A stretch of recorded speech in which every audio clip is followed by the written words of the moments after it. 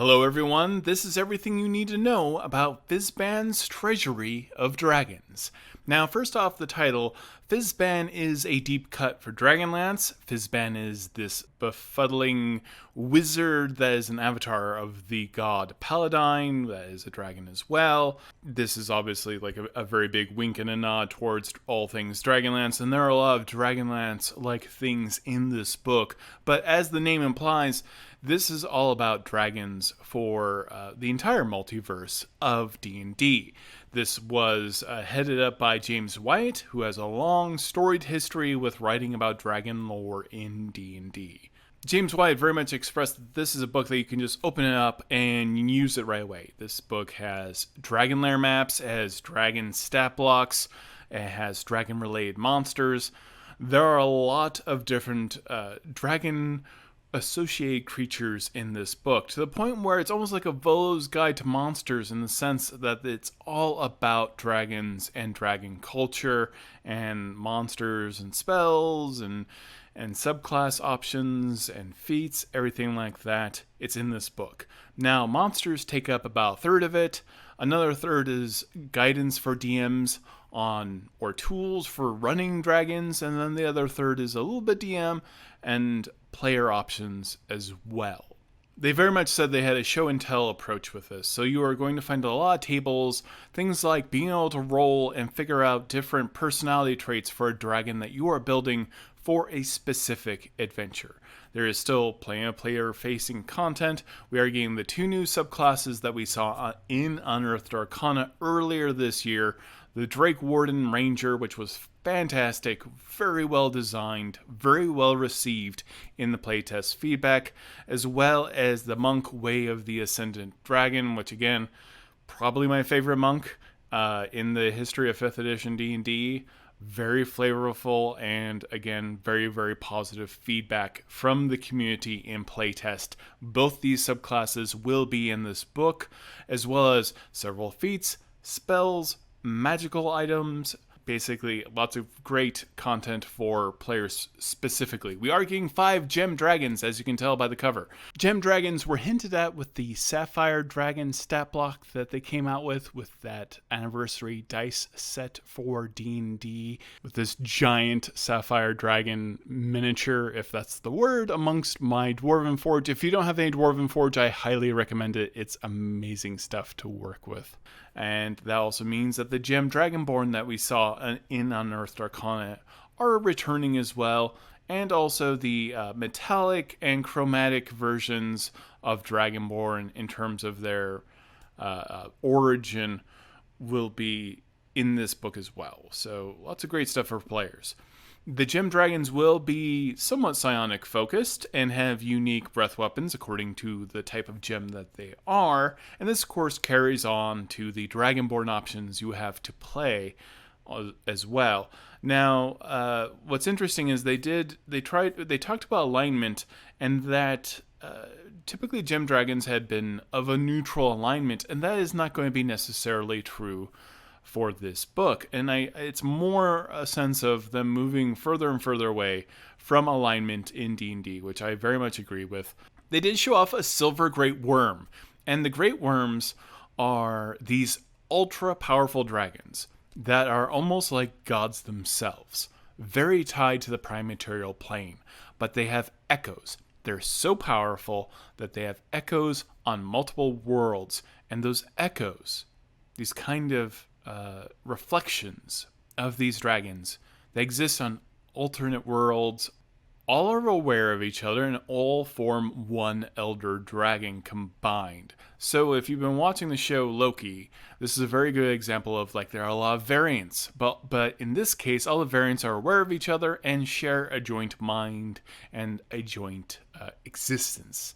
But that again, this is multiple dragons of the exact same type, of the exact same name, of this elder dragon that can exist in multiple areas of the prime material plane.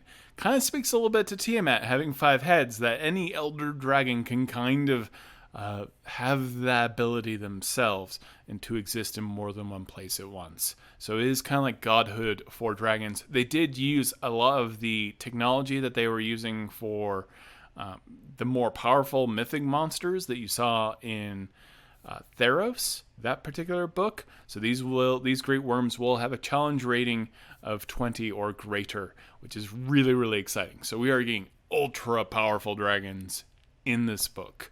We do learn where dragons come from, and they are very tied to the prime material plane, but there is discussion of the first world, and this prime world that existed in the prime material plane that was fought over, that existed and was destroyed. And they do delve into that a little bit in this particular book, which I think is really fascinating, this idea that there was a prime world in D&D at one point. And so they do kind of talk about the first world, where Bahamut and Tiamat had a role in its creation and also its destruction. So they will kind of, this was hinted at in Tasha's Cauldron of Everything. We're going to get a little bit more about this first world in this book as well.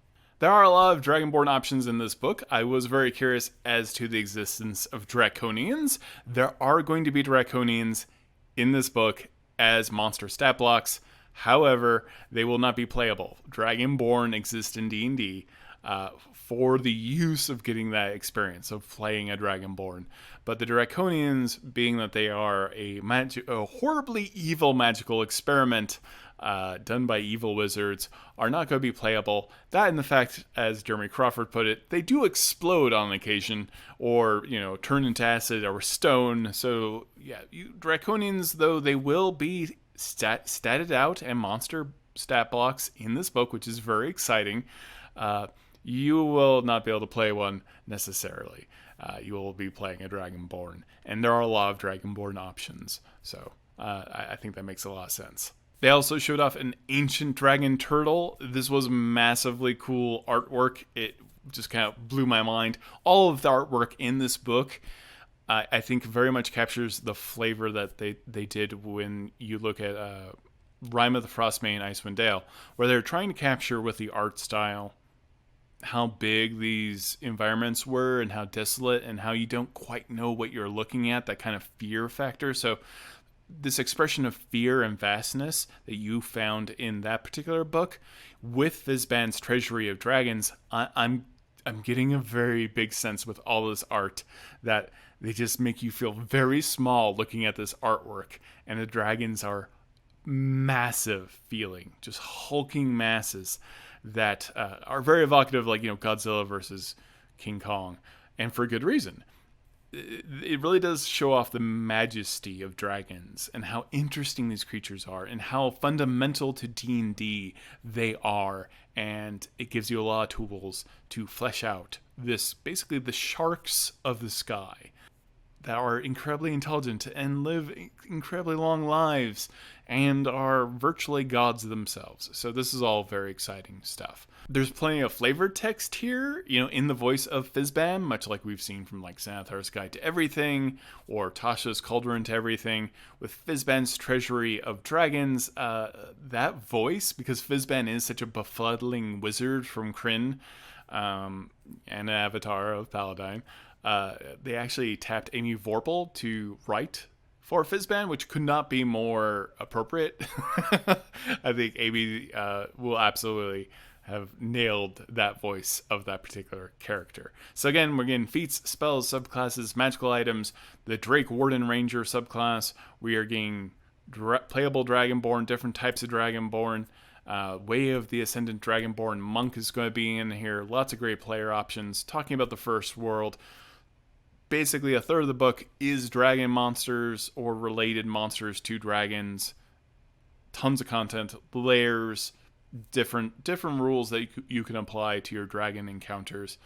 Very exciting stuff. And I see this as a multiplanar. This is going to be a multiplanar book, a multi-universe D&D book that you can use for any setting. And they include rules for like using Draconians, in the Forgotten Realms or on other worlds. They kind of wrap it all together. Again, Fizban's Treasury of Dragons comes out October 19th, 2021. I'm very excited. I hope you're excited as well. I will have a lot more information on this book as it comes out. Thank you so much for watching.